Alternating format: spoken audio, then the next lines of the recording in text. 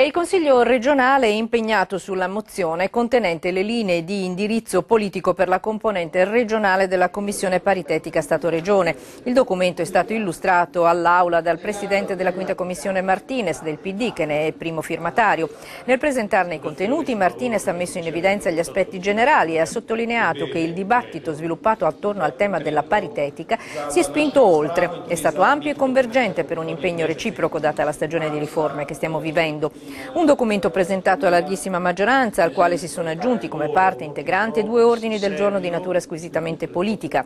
Mi rivolgo alla Presidente Serracchiani dicendo che, ha aggiunto Martinez, ti consegniamo una mozione e 2 ordini del giorno perché il Friuli Venezia Giulia possa esercitare un ruolo di primo piano e non venga mortificato il regionalismo e la sussidiarietà.